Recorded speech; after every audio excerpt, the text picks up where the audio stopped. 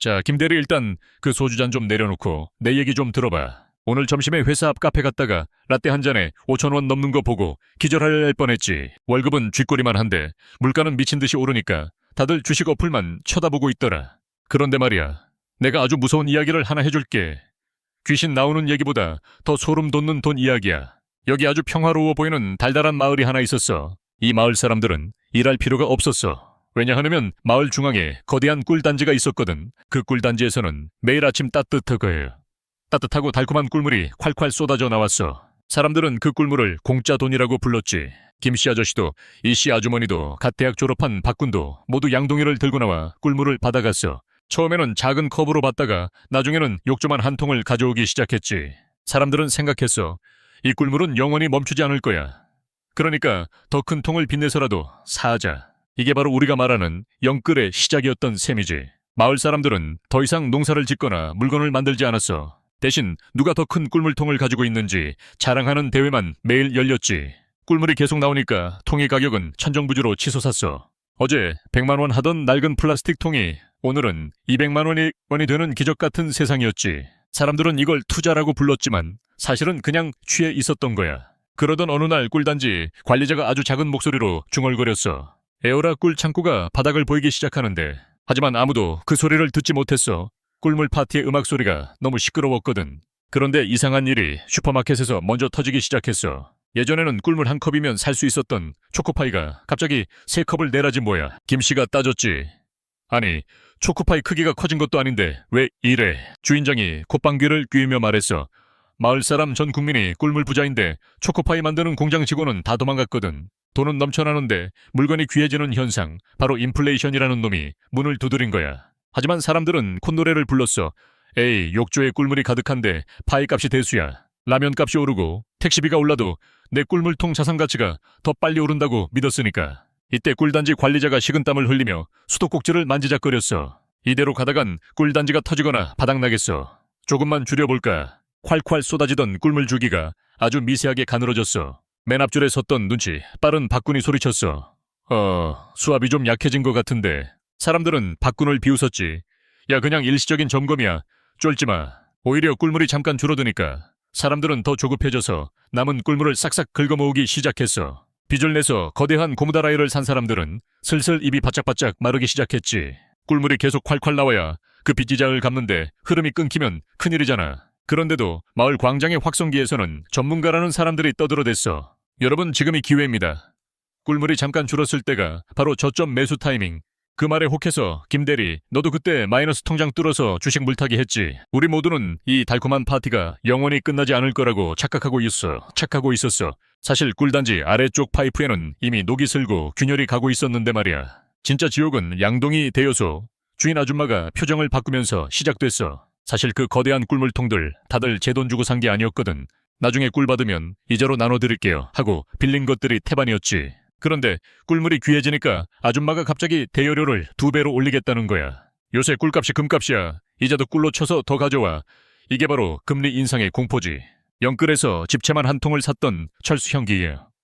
형 기억나. 그 형 지금 꿀물 받아서 한 모금도 못 마시고 전부 이자로 갖다 바치고 있어. 겉보기엔 번쩍거리는 황금통 주인인데 속은 쫄쫄 굶고 있는 하우스푸어가 된 거지. 더 무서운 건 도저히 못 버티겠어서 그 통을 팔려고 내놨는데 아무도 안 산다는 거야. 야, 유지비가 그렇게 많이 드는 통을 내가 왜 사놓나 가져. 이걸 전문용어로 거래 절벽이라고 하는데 겪어보면 그냥 망했다는 소리야. 어제까지만 해도 10억 주겠다던 통이 오늘은 반값에 내놔도 거들떠도 안 봐. 사람들은 이걸 인정하기 싫어서 그냥 안 팔고 버틸래 존버를 시전하지. 마치 폭풍우가 오는데 우산 하나 믿고 서 있는 꼴이야. 그러는 사이 눈치 빠른 외국인 관광객들은 이미 짐을 싸고 있었어. 그들은 마을이 취해 있을 때 슬쩍 꿀물 교환권을 현금으로 바꿔서 공항으로 튀고 있었지. 마을 방송에서는 여전히 우리 마을 펀더멘탈은 튼튼합니다 라고 떠들고 있었지만 김대리, 너도 그때 삼성전자 주식 물타기 한다고 적금 깼었지. 그게 바로 저 외국인 형님들이 던지고 간 폭탄을 네가 고이 받아든 순간이었어. 우리는 그걸 애국 투자라고 불렀지만 냉정하게 말하면 설거지 당한 거지. 마을 풍경이 순식간에 바뀌었어. 어제까지 오마카세 사진 올리던 인싸들이 오늘은 편의점 도시락 앞에 줄을 서. 레온시플레이션이라고 들어봤어. 밥값이 너무 비싸서 직장인들이 구내식당으로 좀비처럼 몰려드는 현상이야. 카카오톡에는 거짓방이 우후죽순 생겼어. 저 오늘 라떼 한 잔 마셔도 될까요? 라고 물으면 정신 차리세요. 탕비실에 있는 공짜 믹스커피나 타드세요. 라고 서로 혼내주는 곳이지. 웃긴데 슬프지 꿀물이 마르니까 사람들은 본능적으로 지갑을 닫고 몸을 웅크리기 시작한 거야. 그런데 정말 억울하고 무서운 건 세상 모든 게 다 오르는데 딱 하나 안 오르는 게 있다는 사실이야. 그래, 바로 김대리, 내 월급, 그리고 내 쥐꼬리만 한 월급. 물가는 치타처럼 달리는데 우리 월급은 다리에 쥐난 거북이처럼 기어가잖아. 이걸 어려운 말로 실질 소득 감소라고 하는데 쉽게 말해 열심히 일해도 어제보다 가난해진다는 뜻이야. 예전엔 꿀 한 바가지로 쌀 한 가마니를 샀는데 이젠 반 가마니도 못 사는 꼴이 된 거지. 마을 촌장님 중앙은행도 머리를 쥐어뜯고 있어. 진퇴양난에 빠졌거든. 꿀을 더 풀자니 물가가 폭발할 것 같고 수도꼭지를 잠그자니 사람들이 말라 죽겠다고 아우성이고. 그래서 나타난 괴물이 바로 스태그플레이션이야. 경기 침체와 물가 상승이 짬짜면처럼 같이 오는 최악의 상황이지. 마치 독감에 걸려서 열은 펄펄 끓네. 펄 끓는데 물가 상승 몸은 오들오들 떨리는 경기 침체 거랑 똑같아. 해열제를 먹자니 천이 너무 떨어질 것 같고 이불을 덮자니 열이 더 오를 것 같고 의사도 노답이라며 고개를 젓는 상태야. 이 와중에 가장 비명 소리가 큰 곳이 어딘지 알아. 바로 갭투자의 성지였던 아파트 단지들이야. 전세 보증금이라는 남의 꿀로 집을 수십 채씩 샀던 빌라왕들이 도미노처럼 무너지기 시작했어. 세입자가 계약 끝 땄으니 꿀 돌려주세요 하는데 집주인 주머니엔 먼지와 빈문서밖에 없거든. 다음 세입자를 구해서 돌려막아야 하는데 아무도 그 비싼 전세에 들어오려 하지 않아. 역전세난이 터진 거야. 결국 집이 경매로 넘어가고 세입자는 피눈물을 흘리는 비극. 이게 다 꿀물은 영원하다 하는 착각이 만든 모래성이었어. 자, 김대리, 내 주식 어플 한번 켜봐. 온통 파란불이지 비 오는 날도 아닌데 장마철처럼 우울해. 우린 이걸 한강뷰 아파트 사려다가 한강물 온도 체크하러 간다고 농담하지만 속은 시커멓게 타들어가잖아. 꿀물이 말라가니까 사람들은 이제 마법의 콩에 마지막 희망을 걸었어. 바로 코인판이야. 주식은 늙은이들이나 하는 거야. 이 콩은 심기만 하면 하루 만에 하늘까지 자란대. 24시간 돌아가는 이 도박판 때문에 밤새 스마트폰만 노려보는 코인 좀비들이 사무실에 넘쳐났지. 하지만 그 콩나무도 결국 꿀물 유동성, 이 없으면 말라 비틀어지는 잡초일 뿐이었어. 수익률 마이너스 70%, 마이너스 80%를 찍고 있는데도 존버는 승리한다. 를 주문처럼 외우고 있네. 미안하지만 승리하는 건 버티는 네가 아니라 수수료 챙겨가는 거래소뿐이라는 걸 애써 외면하면서 말이야. 이쯤 되니 사람들 눈빛이 도끼로 가득 차기 시작했어. 누군가 탓할 놈이 필요해진 거지. 정부가 정책을 잘못 썼어. 미국 놈들이 금리를 올려서 이 모양이야.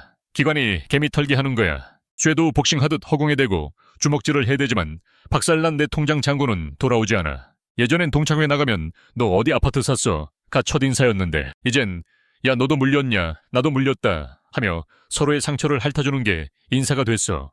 결혼 자금 모으던 옆팀 미스, 김도 퇴직금 미리 당겨 쓴 박 부장님도 모두가 피해자라며 억울해해.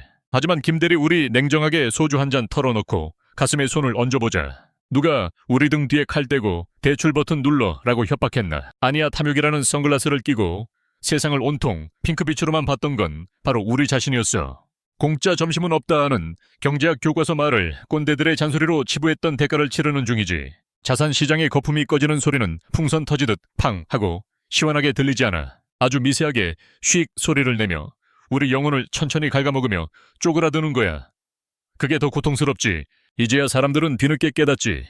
쫓아냈던 현금왕, 캐시, 이즈킹이 화려하게 귀환했다는 걸. 예전엔 현금 들고 있으면 바보 취급당했는데 이젠 현금 쥔 사람이 갑이야. 근데 왕이 돌아오면 뭐해? 내 주머니엔 그 왕을 영접할 돈이 한 푼도 없는데. 은행에서 고금리 특판 예금 5%라고 문자가 와도 그림에 떡인 상황이 우프지 않아. 지금 우리가 겪는 이 고통 경제용어로 디레버리징, 딜레버리징이라고 해. 쉽게 말해 빚을 줄이기 위해 강제로 하는 지독한 다이어트 기간이지. 맛있는 치킨 끊고 뻑뻑한 닭가슴살만 씹어야 하는데 우린 이미 기름진 꿀물 맛에 중독됐잖아. 금단 증상이 와서 손이 떨리고 밤에 잠도 안 오고 신경만 날카로워져. 옆팀 최대리 소식 들었어. 결국 대출 이자 못 버티고 투잡 뛴다고 배달 알바 시작했대. 낮에는 넥타이 매고 엑셀 두드리고 밤에는 헬멧 쓰고 치킨 나르는 눈물의 이중생활. 이게 드라마였으면 멋진 본부장님이 나타나서 해결해 주겠지만 현실은 그냥 피곤해 찌든 가장일 뿐이야. 그러다 보니 인간관계도 강제로 다이어트가 되더라. 친구 청첩장이 날아오면 축하하는 마음보다 축의금 10만 원 걱정부터 앞서니까 연락을 피하게 돼. 돈 잃으면 사람도 잃는다는 옛말 조상님들이 괜히 한 소리가 아니었어. 마을 분위기가 얼마나 삭막해졌냐면 예전엔 내가 쏠게 가 유행어였는데 이젠 엠빵 더치페이 하자가 헌법이야. 편의점에서 1+1 행사 상품 아니면 거들떠도 안 보는 강제 절약 모두가 켜진 거지. 그런데 김대리 진짜 소름 돋는 건 뭔지 알아? 진짜 부자들은 지금 웃고 있다는 거야. 그들은 우리가 꿀물 파티에 취해 흥청망청할 때 조용히 현금 총알을 채우고 기다렸거든. 지금처럼 아파트며 주식이 헐값에 나왔을 때 여유롭게 쇼핑하러 다니는 하이에나 같은 양반들이지. 우리는 그들을 보며 투기꾼이라고 욕하지만 솔직히 속으론 부러워서 배가 아파 죽을 지경이잖아. 한국 사람들에게는 아주 독특한 종교가 하나 있어.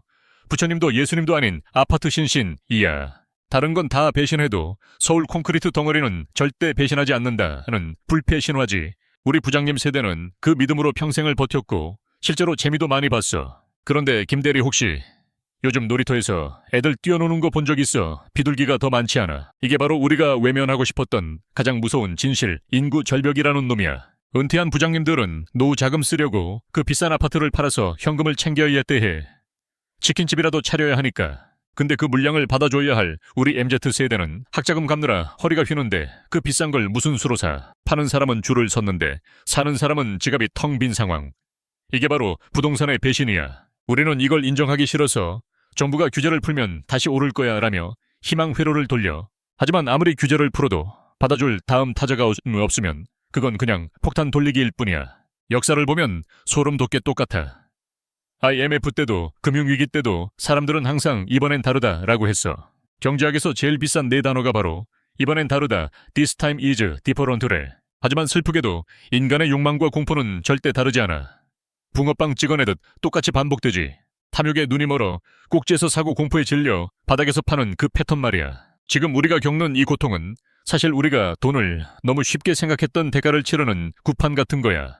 땀 흘려번 돈보다 클릭 한 번으로 번 돈을 더 숭배했던 시절에 대한 청구서지. 자, 이제 거품이 거치고 나니까 진짜 실력이 드러나기 시작해. 썰물이 빠져나가니 누가 수영복을 안 입고 헤엄치고 있었는지 적나라하게 보이는 거지. 빚으로 쌓아올린 가짜 부자들은 휩쓸려 내려가고 진짜 현금 흐름을 가진 알짜들만 살아남는 시간이야. 이 잔인한 시기에 우리는 멍하니 당하고만 있어야 할까? 아니면 정신을 차리고 무언가를 배워야 할까? 잔치는 끝났어. 클럽에 화려했던 조명은 꺼지고 바닥엔 깨진 술병, 깡통 계좌만 뒹굴고 있지. 이제 무서운 표정의 웨이터가 계산서를 들고 올 차례야. 우리가 흥청망청 썼던 그 시간의 비용을 지불해야지. 가장 뼈아픈 건 돈이 돈을 번다는 말이 반은 맞고 반은 틀렸다는 걸 깨닫는 순간이야. 돈이 돈을 벌게 하려면 그 돈을 지킬 지혜와 체력이 먼저 있어야 했거든. 월급은 마약이다 라며 호기롭게 사표 던졌던 파이어족 파이어 김대리 동기 다시 몰래 구직 사이트 보고 있더라. 그토록 무시했던 노동소득이 사실은 위기 때 나를 지켜주는 가장 강력한 현금 파이프라인이었다는 걸 이제야 안 거지. 경제가 어려워지면 꿀물만 받아먹던 좀비 기업들은 산소 호흡기가 떼어지며 사라져. 하지만 진짜 실력 있는 맛집은 불경기에도 줄을 서잖아. 사람도 똑같아. 거품이 거치면 진짜 실력을 가진 사람만 살아남아. 이걸 옥석 가르기라고 하지. 주식 차트 볼 시간에 영어 단어 하나 더 외우고 업무 스킬 키웠던 박 과장은 지금 연봉 협상에서 갑이 됐어. 우리가 그토록 찾아 헤맸던 100배 대박 종목은 사실 주식시장에 있는 게 아니라 바로 거울 속에 있었던 거야. 나 자신 휴먼 캐피털이라는 주식. 이건 상장 폐지도 안 되고 내가 노력하면 배당금 월급이 계속 오르잖아. 워런 버핏 할아버지가 그랬지. 인플레이션 시대 최고의 투자는 너 자신의 능력을 키우는 것이다. 근데 우린 이걸 너무 시시하게 생각했어. 땀 흘려 일하는 건 미련한 고민을 하는 짓이라고 비웃었으니까. 이제 다시 기본으로 돌아가야 해. 하늘에서 꿀이 떨어지길 입 벌리고 기다리는 게 아니라 직접 텃밭에 꽃을 심고 벌을 키워서 꿀을 한 방울씩 모으는 그 지루하고 고단한 과정을 시작해야 한다고. 에이, 그건 너무 느리고 답답하잖아요. 라고 투덜대겠지만 김대리 솔직히 인정하자. 빨리 부자가 되려는 그 조급한 마음이 역설적으로 우리를 가장 빨리 가난하게 만들었다는 사실을. 벽돌을 한 장 한 장 시멘트 발라 쌓은 집은 태풍이 와도 끄떡없지만 대충 본드로 붙여 만든 레고집은 바람만 불어도 와르르 무너지는 법이야. 김대리 돈이라는 놈은 참 청개구리 같아. 미친 듯이 쫓아다니면 도망가고 무심한 척 자기 할 일 하면 슬그머니 옆에 와서 앉지. 우린 그동안 돈을 사냥하려고 했어. 창 들고 쫓아다니니 돈이 겁먹고 숨어버린 거야. 진짜 부자들은 돈을 사냥하지 않아. 대신 밭을 갈고 씨를 뿌려서 돈이 자랄 때까지 지루하게 기다리지. 김장 김치 담그자마자 바로 먹으면 무슨 맛이야? 그냥 배추 맛이잖아. 푹 익을 때까지 독안에 넣어두고 잊어버려야 깊은 맛이 나는 것처럼 투자는 숙성의 시간이 필요해. 우리는 어제 씨앗 심고 오늘 아침에 왜 싹 안 나냐 며 흙을 파헤치는 조급증 환자들이었어. 경제 교과서에 나오는 몽리 컴파운드 인트레스트라는 마법. 그거 학교 다닐 때 수학 문제로만 풀었지. 현실에서 복리는 눈덩이 스노볼 굴리는 거랑 똑같아. 처음엔 주먹만 해서 굴려봤자 티도 안 나. 손은 시렵고 허리는 아프고 이 짓을 언제까지 해야 해 싶어서 걷어차고 싶지. 딱 그 지루한 구간 남들이 야 코인 한 방이면 끝나는데 뭐 하러 그래 라고 비웃는 그 구간을 버텨야 해. 어느 순간 눈덩이가 내 키보다 커지면 그때부터는 내가 미는 게 아니라 눈덩이가 알아서 굴러가며 주변 눈을 다 삼켜버려. 이게 바로 자산이 자산을 불리는 시스템이야. 근데 우린 이 초반의 지루함을 못 참아서 눈덩이를 자꾸 깨부순 거야. 소비와 투자의 차이도 다시 생각해봐. 아이폰을 사는 건 그냥 소비지만 애플 주식을 사는 건 그 회사의 주인이 되는 투자야. 우린 명품 가방을 사서 남들에게 자랑하는 걸 부자라고 착각했어. 진짜 부자는 그 가방 만드는 회사의 지분을 가지고 사람들이 가방을 살 때마다 돈을 버는 사람인데 말이야. 내가 잠자는 동안에도 돈이 들어오게 만들어라. 워런 버핏 할아버지의 이 말이 이제야 뼈를 때리지 않니? 잠자는 동안 돈을 벌려면 깨어있는 동안 내 노동 소득을 아껴서 일하는 자산을 사모았어야 했어. 술값, 커피값, 택시비. 그 소소한 돈들이 사실은 내 눈덩이를 만들 눈가루였던 거야. 티끌 모아 태산이 안 된다고 천만의 티끌조차 안 모으면 그냥 먼지 구덩이에서 평생 기침만 하다 죽는 거야. 자, 이제 마지막 잔을 비울 때가 됐어.